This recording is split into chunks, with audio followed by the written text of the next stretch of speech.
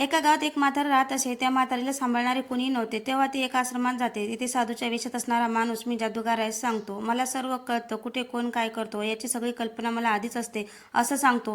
गावातील एक दोन आजारी असणाऱ्या माणसाची नावे सांगतो आणि ते या 2 दिवसात मरतील असे सांगतो.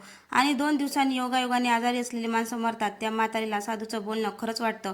या गोष्टी चर्चा संपूर्ण गावात पसरते. साधू दररोज अंधाऱ्या रात्री लपून छपून लोकांच्या घरातील कुजबूज कान देऊन ऐकायचा. किर किर किर रातकिड्यांची किरकिर ऐकू यायची आणि या साधूचे लोकांना भिण्यासाठीचे वेगवेगळे प्रयोग करायचा. त्याच भाकीत अगोदर 2 दिवस आधी सांगितल्याप्रमाणे लोकांना त्या गोष्टी खऱ्या वाटू लागल्या. एक दिवस अंधाऱ्या मध्यरात्री मंदिरातील देवांच्या सोन्याचे मुकुट साधू हळूच चोरतो आणि पसार होतो. त्यामुळे गावातील लोक भयभीत झाले होते. एक सैनिक गावी सुट्टीला आलेला असतो. तो मिलिटरीत असल्याने त्याला चांगलं माहीत असते की देवांची मूर्ती दुसरं तिसरं काही नसून त्या ढोंगी साधूचं कारस्थान आहे. सैनिक पेटून उठतो आणि ढोंगी साधूचा पर्दाफाश करतो. ढोंगी साधू रडायला लागतो, विनवण्या करतो, पाया पडतो, तरीही गावकरी त्याला पोलिसांच्या हवाली करतात.